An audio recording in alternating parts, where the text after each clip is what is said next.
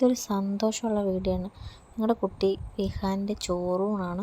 അത് ഹസ്ബൻഡ് വീട്ടിൽ തന്നെ അടുത്തുള്ള ഒരു ശിവൻ്റെ ക്ഷേത്രമുണ്ട്, അവിടെയാണ് നമ്മൾ ചോറ് കൊടുത്തത്. അപ്പോൾ ആദ്യം തന്നെ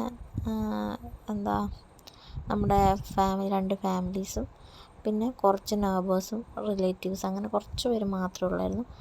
രാവിലെ നേദ്യമൊക്കെ കഴിഞ്ഞ് ചന്ദനം സാധനങ്ങളൊക്കെ തന്ന് വിഹാന് തൊട്ടൊക്കെ കൊടുത്ത് അതിന് ശേഷം ആദ്യം ഇച്ചിരി കരച്ചിലൊക്കെ ആയിരുന്നെങ്കിലും പിന്നീട് ചോറ് കൊടുത്ത് പായസവും മറ്റ് മധുരങ്ങളൊക്കെ ചെന്ന് കഴിഞ്ഞപ്പോൾ ആളൊന്ന് ഹാപ്പിയായി.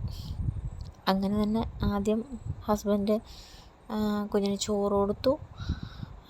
അതിന് ശേഷം ഓരോരുത്തരായിട്ട് ചേട്ടനമ്മ, അച്ഛന്, എൻ്റെ അച്ഛനമ്മ, അങ്ങനെ എല്ലാവരും കുഞ്ഞിന് ചോറൊക്കെ കൊടുത്ത് അമ്പലത്തിൽ തൊഴുതിച്ച് നമ്മൾ ചോറ് കൊടുത്തതിന് ശേഷം അമ്പലത്തിനകത്ത് കയറി കുഞ്ഞിനെ തൊഴുതിക്കത്തുള്ളൂ. അപ്പം ജസ്റ്റ് ചോറൊക്കെ കൊടുത്ത് രണ്ടിടത്തും തൊഴുതിച്ച് പ്രസാദമൊക്കെ വാങ്ങിച്ച് നമ്മളങ്ങനെ അവിടുന്ന് പോരും.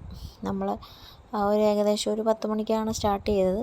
10 മണി 10:30 ആയി. നമ്മളൊരു 11:30 ആയപ്പോഴാണ് ചോറൂണ് സ്റ്റാർട്ട് ചെയ്തത്. അപ്പോഴത്തേന് അവൻ നന്നായിട്ട് വിശന്ന് ചൂടെടുത്ത് ആകെ വല്ലാണ്ടായി.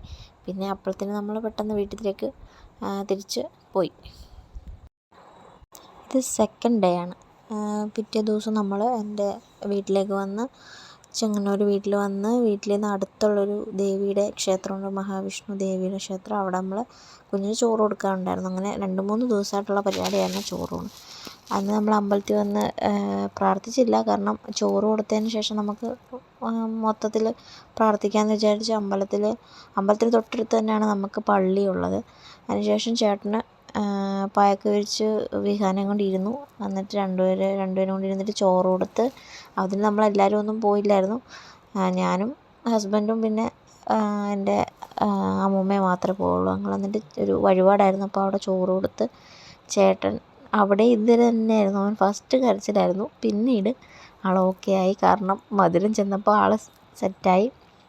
പിന്നെ നന്ന ചൂടുണ്ടായിരുന്നു, അത് കാരണം അതിന് മൊത്തത്തിലൊരു ബുദ്ധിമുട്ടായിരുന്നു. പിന്നെ ഇത് ചെന്നപ്പോൾ ഓക്കെ ആയി. അങ്ങനെ നമ്മൾ അവിടെ ചോറൊക്കെ കൊടുത്ത് അങ്ങനെ എല്ലാവരും ചോറൊക്കെ കൊടുത്ത് കസിൻസൊക്കെ ഉണ്ടായിരുന്നു, അവരൊക്കെ ചോറൊക്കെ കൊടുത്ത് നമ്മൾ